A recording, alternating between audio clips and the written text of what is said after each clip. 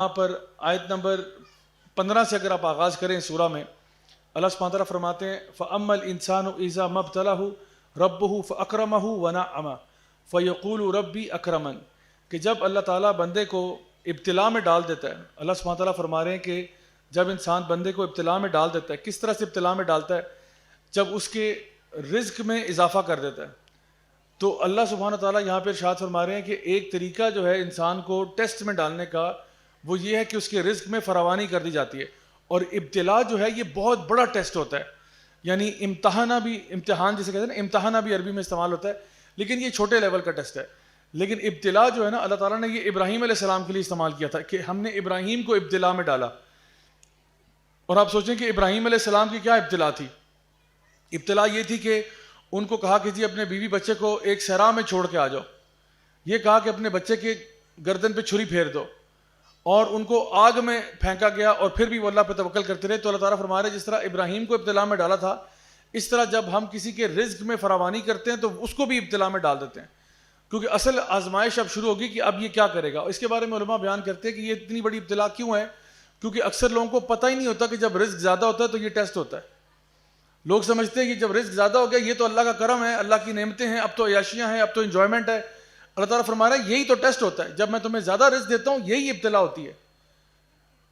تو سبحان اللہ، یہاں پہ اللہ تعالیٰ ایک بڑا اہم بات جو ہے اس کی طرف اشارہ کر رہے ہیں، فَأَمَّا الْإِنسَانُ إِذَا مَا ابْتَلَاهُ رَبُّهُ فَأَكْرَمَهُ وَنَعَّمَهُ فَيَقُولُ رَبِّي أَكْرَمَنِ۔ آگے فرمایا وَأَمَّا إِذَا مَا ابْتَلَاهُ فَقَدَرَ عَلَيْهِ رِزْقَهُ، اور جب ہم بندے کو آزمائش میں ڈالتے ہیں فَقَدَرَ عَلَيْهِ رِزْقَهُ، یعنی اس کا جب رزق کو اس کی تقدیر کے مطابق کر دیتے ہیں یا تھوڑی سی اس میں تنگی آ جاتی ہے، تو کیا ہوتا ہے کہ فَيَقُولُ رَبِّي أَهَانَنِ، تو بندہ کہتا ہے کہ جی میرے رب نے مجھے شرمندہ کر دیا ہے، میرے رب نے مجھے امبیرس کر دیا ہے۔ تو اللہ تعالیٰ ایک ایسے شخص کی بات کر رہے ہیں کہ جب ہم اس کے رزق میں اضافہ کرتے ہیں وہ اس کو ابتلا نہیں سمجھتا، وہ کہتا ہے دیکھو دیکھو میرے پہ تو نعمتوں کی بارشیں ہو رہی ہیں، اور جب ہم اس کا رزق میں تنگی کر دیتے ہیں تو کہتا ہے میرے رب نے مجھے شرمندہ کر کے رکھ دیا، یہ کیا کیا، میرا مال روک دیا سارا۔ تو اب اس کا مطلب یہ ہے کہ وہ یہ سمجھتا ہے اس کے ہاں وہ یہ یعنی ایک مٹیریلسٹک آدمی کا تصور پیش کیا جا رہا ہے کہ جب اس کے اوپر مال نچھاور کیا جاتا ہے کہتا ہے دیکھو میں اللہ کا خاص کرم ہے میرے پہ۔ اور میں نے ایک صاحب سے میری ملاقات ہوئی اور ان کو میں نے دین کی طرف آنے کی دعوت دی، میں نے کہا بھائی صاحب آپ آئیں ذرا دین کی طرف۔ تو کہتے ہیں کہ میرے پاس تو اللہ کا دیا سبھی کچھ ہے۔ تو میں نے کہا پھر تو آپ کو شکر کرنا چاہیے۔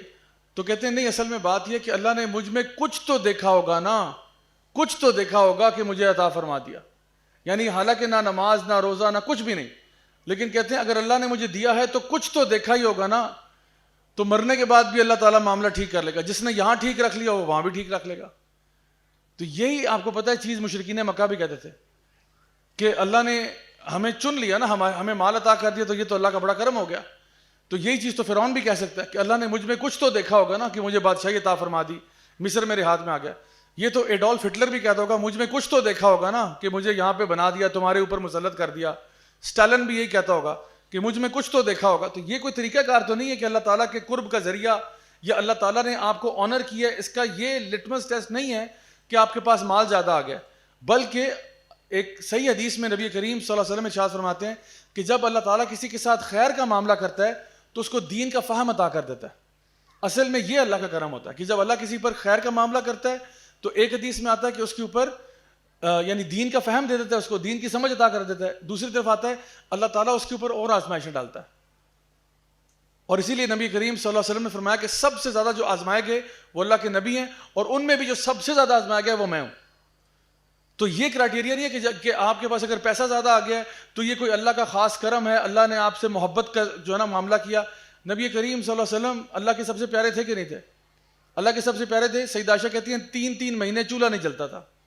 اللہ اکبر کبیرہ، آپ سوچیں ہمارے گھر میں 3 مہینے تو دور کی بات ہے، ایک دن چولہا نہ جلے تو ہم قیامت نہ برپا ہو جائے۔ چولہا نہ جلنے کا مطلب یہ ہے اس دن کوئی روٹی نہیں ہوگی، اس دن کوئی چاول نہیں ہوں گے، اس دن کوئی چائے نہیں ہوگی، اس دن کوئی بھی پکی ہوئی چیز نہیں ہوگی۔ اس دن کیا ہوگا؟ دودھ پی لو بکری کا یا کھجور کھا لو، بس اس سے اوپر کچھ بھی نہیں ہے، کوئی پکی ہوئی چیز۔ ہمارے گھر میں یہ قیامت ہو جائے کہ جی آپ کو آج پکا ہوا ہی کچھ نہیں ہے۔ ہم تو ایسے لوگ ہیں کہ فریج میں پاستا بھی پڑا ہوتا ہے، لازانیہ بھی پڑا ہوتا ہے، اور XYZ سینڈوچ بھی پڑے ہیں، سموسے بھی پڑے ہیں، پکوڑے بھی پڑے ہیں، اور ہم کہتے ہیں دہی بلے کدھر چلے گئے، دہی بلے کدھر چلے گئے۔ اور پھر ہماری سارے یہ 5 ڈشز ہوتی ہیں. Let me know if this sounds familiar. آپ کے افطاری کی ٹیبل پہ 5 ڈشز پڑی ہوئی ہیں, تو انسان اس طرح دیکھتا ہے, اس کو اپنی فروٹ چاٹ نظر نہیں آ رہی, تو کہتا ہے یار آج کھانے کے لیے ہے ہی کچھ نہیں, آج ہے ہی نہیں بھائی, کوئی کھانے کے لیے بنا ہی نہیں. یہ 5 ڈشز کیا ہیں؟ یہ جانوروں کے لیے رکھی ہیں, آپ ہی کے لیے تو رکھی ہیں. تو انسان ناشکری کی اس حد تک پہنچ جاتا ہے. تو اللہ تعالیٰ فرما رہے ہیں یہاں پہ کہ یہ ایک ایسا انسان ہے کہ جب اس کے پاس مال آتا ہے تو کہتا ہے کرم ہو گیا, جب مال رکتا ہے تو کہتا ہے میں برباد ہو گیا, اور اللہ نے مجھے ہیوملیٹ کیا, اللہ نے مجھے شرمندہ کر دیا. اللہ تعالیٰ فرماتے ہیں کلا بل لا تکرمون الیتیم, اور یعنی یہاں پہ بریکٹڈ انفارمیشن ہے کہ اللہ تجھے کیوں دے جب تو یتیم کا تو اکرام کرتا ہی نہیں ہے. اور یہاں پہ تکرمون الیتیم کا مطلب ہے یتیم کا اکرام کرنا. ایک ہوتا ہے یتیم کے منہ پہ کھانا مارنا, ایک ہوتا ہے یتیم کے منہ پہ کپڑے پھینکنا, یہ لو بیٹا تمہارے کپڑے. ایک ہوتا ہے یتیم کا اکرام کرنا. اکرام کرنے کا مطلب ہے آپ پیکٹ بنا کے لے کے جائیں, اس کے اوپر بو باندھیں, اس کے اوپر پرفیوم چھڑکیں, اس کو یعنی جی کر کے بات کریں, اکرام کریں نا اس کا. آپ نے دیکھا ہوگا یہ بہت سارے ویڈیوز جو آتے ہیں نا, ڈونیشنز ہو رہی ہوتی ہیں افریقہ میں اور کہاں, وہ UN کا ٹرک آگے جا رہا ہوتا ہے, پیچھے بوتلیں پھینک رہا ہوتا ہے, اور لوگ پیچھے بھاگ رہے ہوتے ہیں اور وہ پیکٹ کیچ کر رہے ہوتے ہیں. یا کہیں ہمارے بھی کسی علاقے میں جو ڈونیشن کے نام پہ کیا ہوتا ہے, لوگوں کو ذلیل کر رہے ہوتے ہیں. لوگ آ رہے ہوتے ہیں, ان کو دھکے بھی پڑ رہے ہوتے ہیں, مکے بھی پڑ رہے ہوتے ہیں, ڈنڈے بھی پڑ رہے ہوتے ہیں, اور پھر کیا ملتا ہے, اتنا سا پیکٹ ملتا ہے جس میں چاول ہوتے ہیں. تو چاول کے ساتھ ساتھ آپ نے ڈنڈے مجھے مفت میں کھلائے ہیں, میں حالانکہ یہ ڈنڈے کھانے کے موڈ میں نہیں آیا تھا, تو یہ اکرام تو نہیں ہے نا. تو اللہ تعالیٰ فرما رہا ہے کہ اللہ تجھے کیوں دے, تو بات کرتا ہے کہ تیرے رزق میں اضافہ ہو, تجھے جب مال ملتا ہے تو مال کے ساتھ کرتا کیا ہے, تو یتیم کا تو اکرام کرتا کوئی نہیں ہے. ولا تحاضون علی طعام المسکین, اور پھر وہی بات جو ہم نے کل ڈسکس کی تھی کہ تو مسکین کو کھانا کھلانے کی نصیحت بھی نہیں کرتا. کیوں؟ کیونکہ اگر میں نے نصیحت کر دی میں ایکسپوز ہو جاؤں گا. میں نے نصیحت کر دی تو سارے لوگ کرنا شروع کریں گے, تو کون نہیں دے رہا ہوگا, میں نہیں دے رہا ہوں گا, تو میں ایکسپوز ہو جاؤں گا کہ بھئی سارے لوگ دے رہے ہیں اور میں نہیں کر رہا, تو میں لوگوں کو نصیحت بھی نہیں کرتا کہ مسکین کو کھانا کھلاؤ. حالانکہ نصیحت کرنے پہ کوئی ٹیکس نہیں ہے, ابھی تک تو نہیں ہے, کل ہو جائے اور بات ہے, لیکن اس وقت تک حکومت کی طرف سے نصیحت کرنے پہ کوئی ٹیکس نہیں ہے.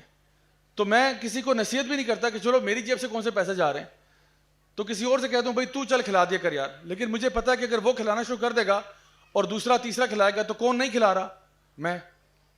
تو سارے اچھے لگ رہے ہوں گے, میں برا لگ رہا ہوں گا, تو میں تو نہیں برا لگنا چاہتا, اس لیے میں کہتا ہی نہیں ہوں کسی کو, نیکی کی بات بتاتا ہی نہیں ہوں کسی کو. تو یہ اللہ تعالیٰ اس کا خاص ایک پرسنالٹی بتا رہے ہیں. اور یہ جو رزق ہے جس کے بارے میں اللہ تعالیٰ نے ذکر کیا نا کہ اس کا جب زیادہ ہو جاتا ہے کم ہو جاتا ہے, ایک حدیث میں ترمذی کی حدیث ہے, نبی کریم صلی اللہ علیہ وسلم نے ارشاد فرمایا کہ اگر تم اللہ تعالیٰ پر توکل کرو, بھروسہ کرو, تو اللہ تمہیں اسی طرح سے عطا فرمائے گا جس طرح چڑیوں کو عطا فرماتا ہے. کہ چڑیاں جو ہیں وہ گھر سے اپنے رزق کے لیے نکلتی ہیں, شام کو آتی ہیں تو پیٹ بھرے ہوتے ہیں, تو اللہ پہ توکل کرو تو اللہ تمہیں اسی طرح دے گا. اب چڑیوں کے پاس نا بینک اکاؤنٹ نہیں ہوتے, کبھی سنا کسی کے پاس بینک اکاؤنٹ ہو, چڑی نے بینک اکاؤنٹ کھولا ہو, تو ایسا تو نہیں ہوتا, نہ انہوں نے کہیں پہ مال سنبھال کے رکھا ہوتا ہے, وہ تو ڈیلی بیسس پہ کام چل رہا ہوتا ہے ان کا. لیکن روز چڑیا جاتی ہے کام پہ, واپس آتی ہے تو اس کو خوراک مل جاتی ہے. تو ہر بندے کا جو رزق ہے نا وہ اللہ تعالیٰ نے لکھا ہوا ہے, اور اس کی تقدیر کے مطابق اس کو مل جائے گا, زیادہ ہے کم ہے چھوٹا ہے بڑا ہے جو بھی ہے اللہ تعالیٰ آپ کو عطا فرما دے گا.